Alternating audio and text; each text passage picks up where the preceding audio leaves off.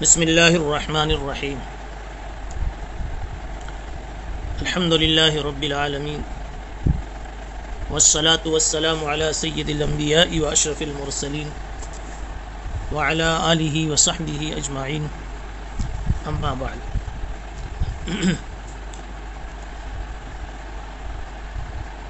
باب من الایمان ان یحب لاخیہ ما یحب لنفسہ۔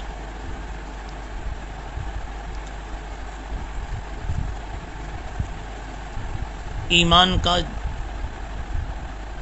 جزو ہے یہ بات کہ آدمی اپنے بھائی کے لیے وہ پسند کرے جو اپنے لیے پسند کرتا ہے۔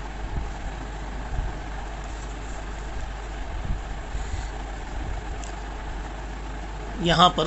من الایمان کو مقدم کر دیا ہے بعض جہت سے اس کی اہمیت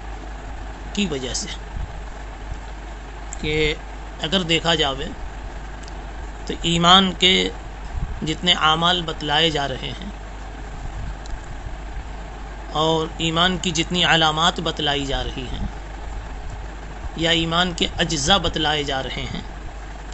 ان میں اس عنوان کو بڑی اہمیت حاصل ہے۔ اس لیے اس موقع پر من الایمان کی تقیید کر کے واضح کر دیا کہ واقعی یہ ایمان کا جزو ہے۔ دوسرے عناوین میں جو مضامین ہیں ان میں کسی کی تخفیف مقصود نہیں ہے، لیکن بہرحال اس کی تعظیم اور اس کی تفخیم کے پیش نظر وہ بھی بعض جہت سے، وہ جہت یہ ہے کہ انسان اپنے بھائی کے لیے وہ اچھائیاں پسند کرنے لگے، یعنی دوسروں کے لیے جو وہ اچھائیاں اپنے لیے پسند کرتا ہے، مثلا دوسروں کے لیے وہی عزت، وہی مقام، وہی منصب اور وہی راحت وہ پسند کرے جو سب کچھ اپنے لیے پسند کرتا۔ یہ بہت اونچے درجے کی ایک صفت ہے اور بڑے مجاہدے کی بات ہے۔ نفس، روح، قلب، ان تمام کو بہت رگڑنے کے بعد تو کبھی اس مقام تک انسان پہنچ سکتا ہے۔ اس اعتبار سے شاید مصنف علام رحمہ اللہ نے من الایمان کو مقدم کر دیا ہے۔ روایت جو آ رہی ہے اس روایت میں بھی یہی بات کہی گئی۔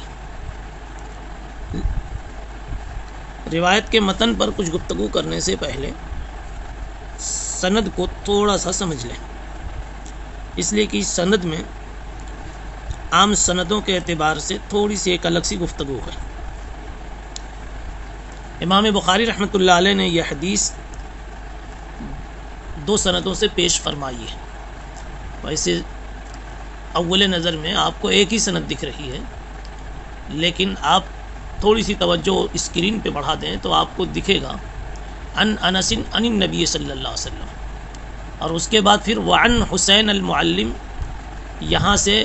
بڑھیے قال حدثنا قتادہ عن انس عن النبی صلی اللہ علیہ وسلم۔ حضرت انس کا تذکرہ دو مرتبہ ہوا، پہلی سند میں بھی مدار وہی ہیں، صحابی وہی ہیں،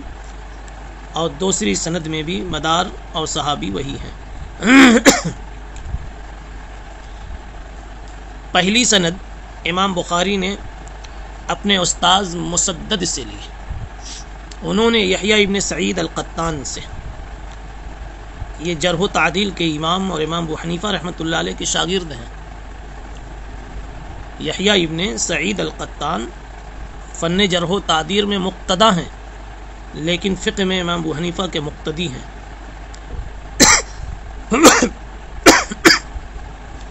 انہوں نے روایت لی شعبہ سے، انہوں نے قتادہ سے، انہوں نے حضرت انس سے، اور دوسری روایت وعن حسین المعلم، یہ حسین معلم سے روایت آ رہی ہے، اور حسین معلم اس کو لے رہے ہیں قتادہ سے۔ پتہ چلا کہ پہلی سند میں قتادہ کے نیچے شعبہ تھے، ان کے نیچے یحییٰ، تو یہاں قتادہ کے نیچے حسین معلم ہے، اور ان کے نیچے پھر یحییٰ ہے اور پھر مسدد ہے، پھر امام بخاری۔ اب سند کی دوسری سند کی ترتیب ہوگی، ان حسین المعلم کو اس طرح پڑھیں گے کہ قال البخاری قال حدثنا مسدد قال حدثنا یحییٰ ان حسین المعلم قال حدثنا قتادہ ان انس۔ دونوں میں فرق یہ نکلا کہ شعبہ نے ان قتادہ ان انس سے روایت کیا، ان قتادہ ان انس انعنا ہے، اور حسین معلم کی سند میں حدثنا کی صراحت ہے، وان حسین المعلم قال حدثنا قتادہ۔ اب دونوں میں جب یہ فرق ہے، شعبہ کی سند میں انعنا ہے، حسین معلم کی سند میں تحدیث سے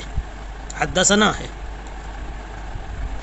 تو فائدہ یہ نکلا دونوں کو جمع کرنے کا کہ حسین معلم نے یہ حدیث براہ راست قتادہ سے سنی ہے،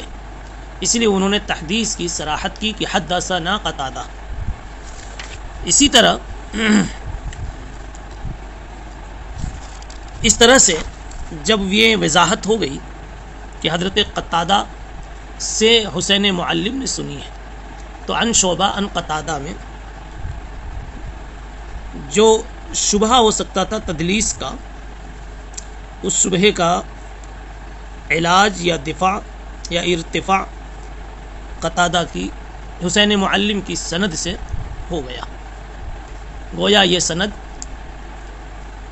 عنعنہ ہونے کے باوجود، اس کا ایک طریق معنعن ہونے کے باوجود دوسری سند کی مدد سے تدلیس سے صاف ہے۔ اب متن کو دیکھیے، عن النبی صلی اللہ علیہ وسلم قال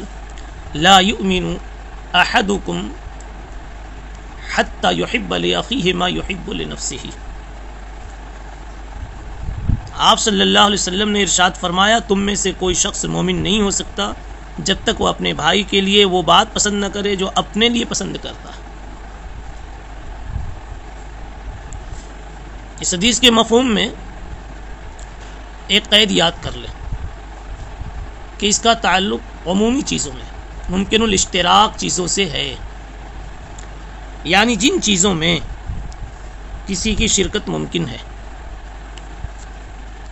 وہ جس طرح وہ چیز اپنے لیے پسند کرتا ہے اپنے بھائی کے لیے بھی پسند کرے، اتنا اس کا اپنے بھائیوں کے لیے، دوسروں کے لیے دل صاف ہو۔ اس کو کہا جاتا ہے انسانی ہمدردی، بھائی چارگی۔ یہ چیز صرف انہی امور میں مطلوب ہے جو ممکن الاشتراک ہو۔ مثلا آپ ایک سامان خرید رہے ہیں، دوسرا بھی خریدنے کے موڈ میں ہے، تو ممکن ہے جس طرح وہ آپ کے لیے ممکن الاشترا ہے، ایسے ہی دوسرے کے لیے بھی ہے۔ تو اگر آپ یہ سمجھتے ہیں کہ وہ دوسرے کے لیے بھی یہ زمین، یہ مکان، یہ سامان بہتر ہے، اس کا کام بن جائے گا، تو جتنا آپ کو اپنے لیے وہ سامان عزیز ہے، وہ سودا عزیز ہے، اتنا ہی دوسرے کے لیے بھی عزیز اگر آپ اپنے دل میں پاتے ہیں تو یقیناً وہ آپ کے دل کی صفائی کی بات ہے۔ کچھ چیزیں ایسی ہیں جو ممکن الاشتراک نہیں ہے، ممکن وہ تو سوال بھی نہیں ہوتا، لیکن جواب دینے کی ایک راہ بتانے کے لیے ذکر کیا گیا۔ کوئی یہ کہہ سکتا ہے کہ آدمی یہ کہہ سکتا ہے کہ سیدنا سلیمان علیہ السلام نے کہا تھا رب ہب لی ملک لا ینبغی لأحد من بعدی، اس میں اپنے لیے جو انہوں نے حکومت مانگی، دوسروں کے لیے اس کو پسند نہیں کیا۔ اس دعا سے تو ایسی محسوس ہوتا ہے۔ اس کا جواب یہ ہے کہ اللہ کی طرف سے نبی ہونے کی وجہ سے ان کو معلوم ہو گیا تھا کہ اس میں کسی کا اشتراک ممکن نہیں اللہ کے نظام میں، اس لیے انہوں نے ایسی چیز مانگی تھی۔ الغرض یہ بتا دینے سے بہت سی ایسی سطحی باتیں یا ایسے سطحی اعتراضات جو کسی کم فہم کی طرف سے آ سکتے ہیں، ان اعتراضات کا جواب آپ یہاں سے دے سکتے ہیں۔ ان یحب لاخیہ ما یحب لنفسہ، اپنے لیے وہ جو پسند کرتا ہے وہ اپنے بھائی کے لیے پسند کرے، یعنی قربانی کی اور دوسروں کے لیے ایثار کی بہت بڑی خصلت پر وہ آدمی قابو پا چکا ہے اور وہ حاوی ہے، ایسا شخص کامل الایمان ہے، اور جس میں یہ صفت نہیں ہے اس کے ایمان میں کمال نہیں ہے۔ لا یؤمنو کا لفظ جہاں جہاں آتا ہے اکثر ترغیبات اور ترہیبات وغیرہ کے سلسلے میں وہاں یہ بات لکھ دی جاتی ہے، کہہ دی جاتی ہے شارحین کی طرف سے کہ لا اس میں نفی کمال کے لیے ہے، نہ کہ نفی صحت کے لیے۔ یہ بات تو صحیح ہے کہ نفی صحت کے لیے نہیں ہے، یعنی اگر کسی میں یہ مطلوبہ کمال نہ ہو تو اس سے ایمان کی صحت کی نفی نہیں ہوتی، ایمان کی نفی نہیں ہوتی۔ البتہ ایک دوسری بات بہت دھیان سے سمجھنے کی ضرورت ہے، کچھ نئی سی آپ کو بھی شاید لگے، لیکن ایک بہت بڑے محدث کی ہے وہ بات، وہ یہ کہ لا یؤمنو میں جس چیز کا بیان ہے وہ ہے مومن کی اصلی صفت کا بیان، مومن کی اصلی پہچان کا بیان۔ اگر لا کو نفی کمال کے لیے ہم لیتے ہیں تو اصلی صفت کا جو بیان مقصود تھا وہ حاصل نہیں ہوگا۔ اصلی صفت جو مطلوب ہے مومن کے لیے، جو پہچان ہے مومن کی، وہ یہ ہے کہ اپنے بھائی کے لیے بالکل قربان ہو جاوے، ایثار میں کامل درجہ ہو اس کا، اپنے لیے جو پسند کرتا ہے وہ بھائی کے لیے پسند کرے۔ چین سے سونا اپنے لیے پسند کرتا ہے تو بھائی کے لیے بھی اس کو چین سے سونا اچھا لگے، بھائی کا سونا بھی اس کو اچھا لگے۔ اپنی دیوار اپنا مکان بنتا ہے تو جو خوشی محسوس ہوتی ہے دوسرے کے لیے بھی اس کو ایسے ہی اپنے دل میں خوشی کی جگہ رکھنی چاہیے۔ اب اگر اس کو کہا جائے کہ یہ صفت جس کو حاصل ہو جائے وہ کامل ایمان والا، اور یہ صفت کا حصول کمال ایمان کی علامت ہے، تو پتہ یہ چلے گا کہ یہ چیز انہی لوگوں کو نصیب ہوتی ہے جو کامل الایمان ہوتے ہیں۔ مثلا صحابہ کرام ہیں، تابعین ہیں، پھر اولیاء ہیں، جنید و شبلی و عطار ہیں، بخاری و مسلم جیسے حضرات ہیں۔ یعنی کہ یہ وصف عام لوگوں کا نہیں ہے، یہ تو بڑوں کا ہے، کامل الایمان ہستیوں کا ہے۔ تو جو مقصد تھا رسول اللہ صلی اللہ علیہ وسلم کا وہ بظاہر حل نہیں ہو رہا۔ اگر یہ توجیہ کی جائے تو مقصد یہ تھا کہ آپ زور دے رہے ہیں اور سمجھانا چاہتے ہیں کہ بھائی ہر ایمان والے کی یہ پہچان ہے کہ اس کا دل اتنا اپنے بھائی کے لیے صاف ہو کہ جو اپنے لیے چاہتا ہے، پسند کرتا ہے، وہ بھائی کے لیے بھی پسند کرنے والا بن جاوے۔ اب اگر کمال کی نفی کے لیے لیا جائے تو مطلب یہ ہے کہ ان کا ایمان کامل نہیں، یعنی جنید و شبلی جیسا نہیں جس میں یہ بات نہیں۔ تو آدمی سوچ سکتا ہے، ایک عام آدمی، کہ ہم کون سے جنید و شبلی ہیں، اس لیے ہمارے اندر میں اس وصف کو پیدا کرنے کی، ڈھونڈنے کی کوئی ضرورت نہیں ہے، تو ہے، نہیں ہے تو پھر ڈھونڈنے کی بھی کوئی ضرورت نہیں، یہ تو بڑوں کی چیز ہے۔ پھر عوام کو اس سے تغافل ہوگا۔ اور اگر یہ مانا لیا جائے کہ ایک مومن کی پہچان یہ ہے تو مومن تو سبھی ہے، سڑک پہ دھندے میں پڑا ہوا انسان بھی، اور خانقاہوں میں اللہ اللہ کرنے والا بھی، اللہ کا ولی بھی، ایک عام انسان بھی، ایک عام ایمان والا بھی، سب کے لیے ضروری ہے کہ وہ اپنی پہچان باقی رکھے۔ اب اس صورت میں اس حدیث کا جو مقصد تھا،